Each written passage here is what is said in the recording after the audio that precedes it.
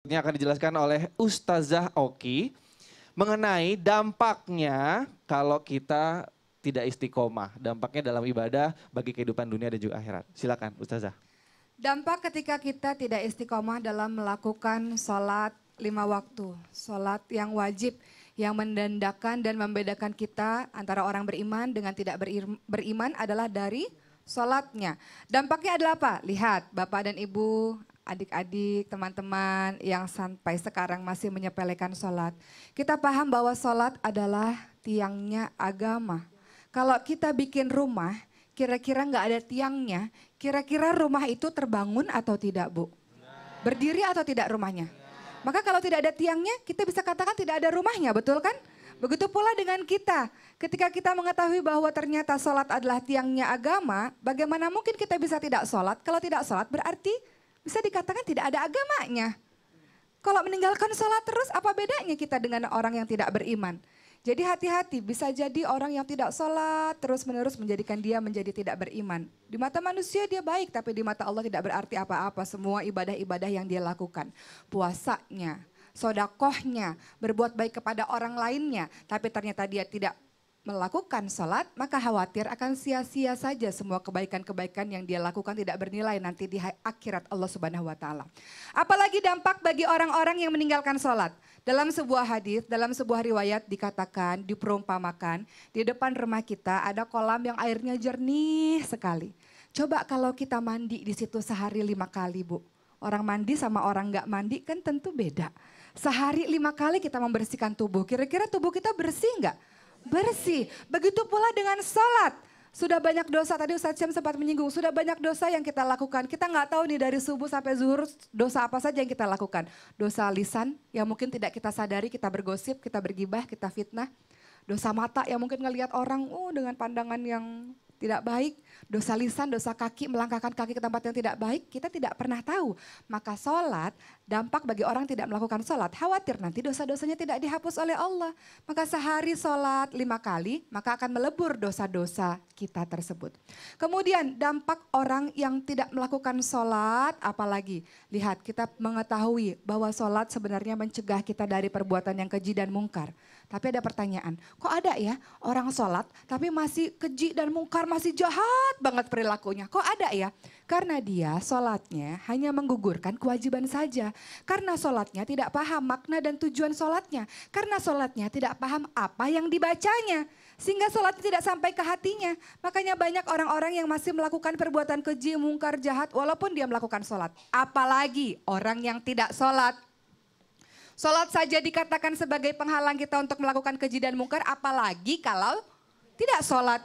Dia berani meninggalkan Allah yang menciptakannya, otomatis dia akan berani untuk melakukan hal-hal yang juga dibenci oleh Allah Subhanahu wa Ta'ala. Dan apalagi, lihat, ada nggak perbedaan ketika ibu lihat wajah orang-orang yang sholat dan wajah orang-orang yang tidak sholat? Ada perbedaannya nggak? Wajah orang-orang yang selalu menjaga wudhunya, cerah ya Bu ya? Walaupun bercahaya ya, padahal nggak ada lampu, cahaya aja, bercahaya adem gitu kita lihatnya. Dibanding dengan wajah orang-orang yang nggak pernah wudhu, yang nggak pernah sholat misalnya. Beda, kenapa? Karena Allah memperlihatkan wajah keimanan di wajahnya itu. Sehingga orang-orang yang melihatnya merasa senang, akan timbul rasa cinta kasih. Akibat apa? Karena seluruh makhluk Allah, penduduk langit mencintai dia Bu, mencintai orang-orang yang taat pada Allah. Maka otomatis penduduk bumi juga cinta kepadanya. Karena ditampakkan wajah-wajah keimanannya, karena dari sholatnya itu, karena dari menjaga wudhunya itu. Memang secara fisik mungkin tidak terlalu cantik dibanding dengan Barbie atau siapa gitu ya. Mungkin tidak terlalu tampan, tapi ketika kita melihatnya lebih lama, ngobrol lebih lama, lebih cantik tuh dibanding yang di luar sana, bener nggak? Kenapa? Karena ada inner, ada ruhiyahnya terisi, imannya terisi dengan apa? Cahaya keimanan. Itu di dunia. Bagaimana dengan di akhirat? Orang-orang yang tidak sholat ditempatkan di neraka sakor. Ibu-ibu, bapak-bapak dan kita semua yang tidak sholat di kuburnya nanti. Akibatnya apa? Kuburnya dipersempit. Akan meremukkan tulang-tulang kita yang ada dalam kubur. Kuburannya gelap, makanya kalau sholat kan kita sering berdoakan, lapangkan kubur, terangkan kubur, kuburnya gelap. Kemudian ada ular namanya Sujaul Akro. Ular ini adalah ular yang senantiasa melilit orang-orang yang melakukan keburukan-keburukan termasuk dengan orang-orang yang tidak sholat. Itu bahaya bagi orang-orang yang tidak sholat. Maka Bagaimana caranya supaya istiqomah selain berteman dengan orang-orang yang baik, beristiqomah. Ini senantiasa kita sampaikan di Islam itu indah juga dengan doa, karena doa adalah senjatanya orang muslim. Kita berdoa agar senantiasa dijaga sholatnya kita, dibantu oleh Allah ibadah kita dan anak keturunan kita. Juga sholat, juga doa istiqomah. Apa doa istiqomah? Ya muqallibal qulub.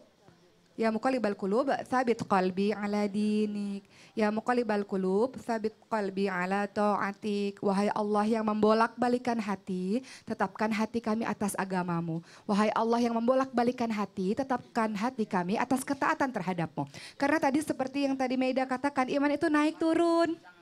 Iman karena naik karena ketaatan, turun karena kemaksiatan. Makanya iman sama seperti baterai handphone harus di-charge. Cara men-charge iman adalah salah satunya dengan sholat 5 waktu. Cara men-charge iman adalah dengan senantiasa menjaga wudhu. Cara meningkatkan iman adalah senantiasa dengan berbuat ketaatan-ketaatan kepada Allah. Kita nggak pernah tahu akhir hidup kita su'ul khotimah atau husnul khotimah, maka doalah doa istiqomah itu. Luar biasa. Ibu, maaf saya mau nanya, ibu perawatan wajahnya? Dipakai Kok krim atau obat apa? cantik, Kok cantik masa sih? Karena apa Bu? Karena Wudhu apa, Bu? aja. Wudhu aja.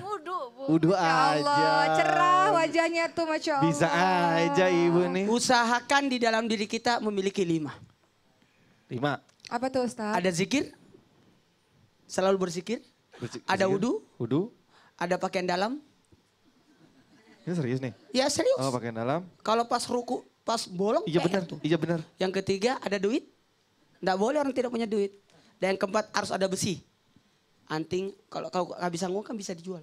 Oh iya. Ini serius kan? Kenapa? Ini serius kan Pak Ustadz? Iya, Serius. Oh benar. Gelang dan sebagainya, cincin.